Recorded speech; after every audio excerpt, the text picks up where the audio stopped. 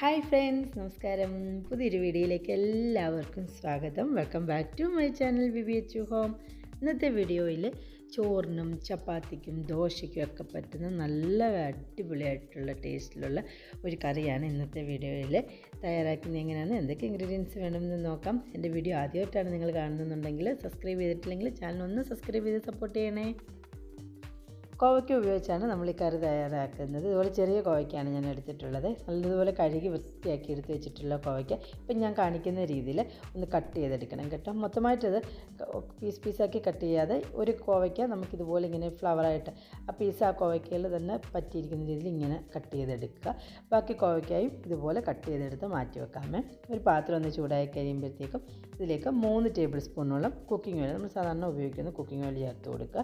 ശേഷം ഇതിലേക്ക് നമ്മൾ അരിഞ്ഞെടുത്ത് വെച്ചിട്ടുള്ള കോവയ്ക്കയും കൂടി ഇട്ട് കൊടുത്ത് കോവയ്ക്ക നല്ലതുപോലെ വഴറ്റിയെടുക്കുക കേട്ടോ.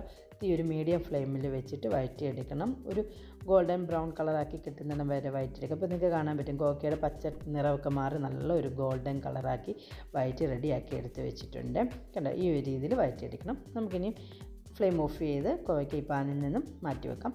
ആ പാനിൽ കുറച്ച് എണ്ണ ബാക്കി ഉണ്ടായിരുന്നു. അതേ പാനിലേക്ക് തന്നെ ഞാനൊരു മീഡിയം വലുപ്പമുള്ള സവാള സ്ലൈസായിട്ട് അരിഞ്ഞതും, ഒരു മീഡിയം വലുപ്പമുള്ള തക്കാളി സ്ലൈസായിട്ട് അരിഞ്ഞതും, ഒരു ചെറിയ പീസ് ഇഞ്ചി അരിഞ്ഞതും, ഒരു 4 വെളുത്തുള്ളി അരിഞ്ഞതും കൂടെ ചേർത്ത് കൊടുക്കുന്നുണ്ട്. ഇത് നല്ലതുപോലെ ഇളക്കി ആ സവാളയും തക്കാളിയൊക്കെ ഒന്ന് വാടി കിട്ടിയാൽ മതി. ഒത്തിരി അങ്ങ് വഴറ്റിയെടുക്കണ്ട. ജസ്റ്റ് അതിൻ്റെ ഒന്ന് സോഫ്റ്റായി അതിൻ്റെ ഒന്ന് വാട്ടിയെടുക്കണം. അങ്ങനെ ആ വാടി കിട്ടുന്ന രീതിയിലേക്ക് ഒന്ന് വഴറ്റിയതിന് ശേഷം 10-12 കാഷ്യൂനട്ട് കൂടെ ചേർത്ത് കൊടുത്ത് അതും കൂടെ ഒന്ന് ഇളക്കി യോജിപ്പിച്ചതിന് ശേഷം ഇതിന് നമുക്ക് ഫ്ലെയിം ഓഫ് ചെയ്യാമേ. ചെറുതായിട്ട് ചൂടൊന്ന് പോയി കഴിയുമ്പോൾ ഇതിന് അരച്ചെടുത്ത് നല്ലതുപോലെ അരച്ച് പേസ്റ്റാക്കി എടുത്ത് മാറ്റി വെക്കാമേ. അതേ പാനിലിട്ട് തന്നെയാണ് ഞാനൊരു 2 ടേബിൾ സ്പൂണോളം കുക്കിംഗ് ഓയിൽ തന്നെ ഒഴിച്ച് കൊടുക്കുന്നത്. ഇതിലേക്ക് കുറച്ച് മസാലകളായിട്ട് കൊടുക്കുന്നുണ്ട്. കറുവപ്പട്ട, ഗ്രാമ്പു, ഏലക്ക, ഫ്ലവർ.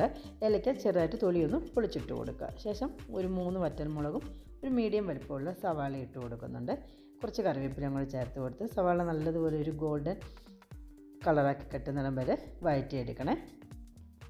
തീ ഒരു മീഡിയം ഫ്ലെയിമിൽ വെച്ചിട്ട് ഇടയ്ക്കിടയ്ക്ക് ഇളക്കി കൊടുത്ത് വഴറ്റിയെടുക്കുക. അപ്പോൾ നിങ്ങൾക്ക് കാണാൻ പറ്റും സവാള നല്ലതുപോലെ വഴണ്ട് ഒരു ഗോൾഡൻ കളറാക്കി വന്നിട്ടുണ്ട്. ഈ ഒരു പരുവായി കഴിഞ്ഞ് കഴിയുമ്പോൾ നമുക്കിതിലേക്ക് പൊടികളാണ് ചേർത്ത് കൊടുക്കുന്നത്. മഞ്ഞൾപ്പൊടി ഒരു 1/4 ടീസ്പൂണ്, മല്ലിപ്പൊടി ഒരു 2 ടീസ്പൂണ്, കാശ്മീരി മുളക് പൊടിയാണ് ഒരു 1.5 ടീസ്പൂൺ ചേർത്ത് കൊടുക്കുന്നത്. സാധാ മുളക് പൊടിയാണെന്നുണ്ടെങ്കിൽ 1 ടീസ്പൂൺ മതിയാവുമേ. ഗരം മസാലപ്പൊടി ഒരു 3/4 ടീസ്പൂണും ജീരകം പൊടിച്ചത് ഒരു 1/4 ടീസ്പൂൺ കൂടെ ചേർത്ത് കൊടുത്ത് ആ പൊടികളുടെ പച്ച ടേസ്റ്റൊക്കെ ഒന്ന് മാറി കിട്ടുന്നിടം വരെ വഴറ്റിയെടുക്കുക.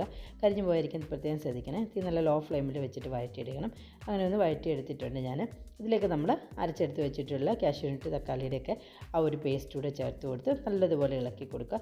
ആ പേസ്റ്റ് ഒന്ന് വഴറ്റിയെടുക്കണം. ആ എണ്ണയിൽ നല്ലതുപോലെ വഴറ്റി ആ പേസ്റ്റിൻ്റെ പച്ച ടേസ്റ്റൊക്കെ ഒന്ന് മാറി എണ്ണയൊക്കെ ഒന്ന് തെളിഞ്ഞ് വരുന്ന ആ ഒരു പരുവാവുന്നിടം വരെ ഇതൊന്ന് വഴറ്റിയെടുക്കണം. ഇപ്പോൾ നിങ്ങൾക്ക് കാണാൻ പറ്റും നല്ലതുപോലെ ഞാനൊന്ന് വഴറ്റിയെടുത്തിട്ടുണ്ട്.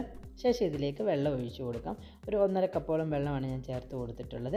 വെള്ളം നല്ലതുപോലെ ഇളക്കി മിക്സ് ചെയ്യുക. ഒട്ടും കട്ടകളൊന്നും കൂടി കിടക്കാതെ വെള്ളത്തിലേക്ക് ആ മസാലയെല്ലാം നല്ലതുപോലെ മിക്സ് ചെയ്തെടുക്കണം. അങ്ങനെ മിക്സ് ചെയ്തതിന് ശേഷം നമ്മൾ ഉപ്പ് ഇതുവരെയും ചേർത്ത് കൊടുത്തിട്ടില്ലായിരുന്നു. ടേസ്റ്റിന് ആവശ്യമായ ഉപ്പൂടെ ചേർത്ത് കൊടുക്കുന്നുണ്ട്. ഒരു 1.25 ടീസ്പൂണോളം ഉപ്പ് ഞാൻ ചേർത്ത് കൊടുത്തിട്ടുണ്ടായിരുന്നു. ഇനി നല്ലതുപോലെ ഇളക്കി യോജിപ്പിച്ചെടുക്കുക. ഇതൊരു അടപ്പ് വെച്ച് അടച്ച് ഇതൊന്ന് തിളപ്പിച്ചെടുക്കണം. മസാലയെല്ലാം ഒന്ന് തിളപ്പിച്ചെടുക്കാനായിട്ട് വെക്കാം. ഒരു 1-1.5 മിനിറ്റോളം സമയം ഒന്ന് തിളപ്പിക്കാനായിട്ട് വെച്ചിട്ടുണ്ടായിരുന്നു. എണ്ണയൊക്കെ തെളിഞ്ഞ് വന്ന് കറിയൊക്കെ ഒന്ന് കുറുകി വന്നിട്ടുണ്ട് കേട്ടോ. ഇപ്പോൾ നിങ്ങൾക്ക് കാണാൻ പറ്റും ഇങ്ങനെ ഒന്ന് കറി ഒന്ന് കുറുകി വന്ന് എണ്ണയൊക്കെ തെളിഞ്ഞ് വന്ന് കഴിയുമ്പോഴത്തേക്കും നമ്മൾ വഴറ്റിയെടുത്ത് വെച്ചിട്ടുള്ള കോവയ്ക്കയും കൂടെ ചേർത്ത് കൊടുക്കുക. ശേഷം ഇത് നല്ലതുപോലെ ഒന്ന് ഇളക്കി യോജിപ്പിക്കുക. കോവയ്ക്കയിലേക്ക് നമ്മൾ മസാലയെല്ലാം നല്ലതുപോലെ പിടിക്കാൻ വേണ്ടി ഇതൊന്ന് തിളപ്പിക്കാനായിട്ട് വെക്കണം. ഒരു 1-1.5 മിനിറ്റ് സമയം ഒരു അടുപ്പ് വെച്ച് അടച്ച് ഇത് നല്ലതുപോലെ ഒന്ന് തിളപ്പിച്ചെടുക്കണം. നല്ല തിക്ക് ഗ്രേവിയോട് കൂടിയ ഒരു കറിയാണ് നമുക്ക് ഈ കറി തയ്യാറാക്കി എടുക്കുമ്പോൾ കിട്ടുന്നത് കേട്ടോ. നമ്മൾ ആ സവാളയൊക്കെ നല്ലതുപോലെ അരച്ച് ചേർത്തിട്ടുള്ളതുകൊണ്ട് കറി നല്ല കുറുകിയിരിക്കും കേട്ടോ. ഇപ്പോൾ ഒരു 1.5 മിനിറ്റ് സമയം കഴിഞ്ഞിട്ടുണ്ട്. നല്ലപോലെ എണ്ണയൊക്കെ തെളിഞ്ഞ് നല്ല തിക്ക് ഗ്രേവിയോട് കൂടിയ നല്ലൊരു കറി ആയിട്ടുണ്ട്. ചപ്പാത്തിക്കും ദോശയ്ക്കും ചോറിനും ഒക്കെ നമുക്കിത് സെർവ് ചെയ്യാൻ പറ്റും. ഇതൊരു 4-5 പേർക്കൊക്കെ നമുക്ക് സെർവ് ചെയ്ത് കൊടുക്കാനും പറ്റും കേട്ടോ. എല്ലാവരും ഉണ്ടാക്കി നോക്കി അഭിപ്രായങ്ങളും നിർദ്ദേശങ്ങളും കമൻറ്റ് ചെയ്യുക. എൻ്റെ ചാനൽ ഇഷ്ടപ്പെട്ടിട്ടുണ്ടെങ്കിൽ സബ്സ്ക്രൈബ് ചെയ്തില്ലെങ്കിൽ സബ്സ്ക്രൈബ്, ലൈക്ക് ആൻഡ് ഷെയർ. പുതിയ നല്ല നല്ല വീഡിയോ ആയിട്ട് കാണുന്നതിന് വരെ bye guys. Thank you for watching my video.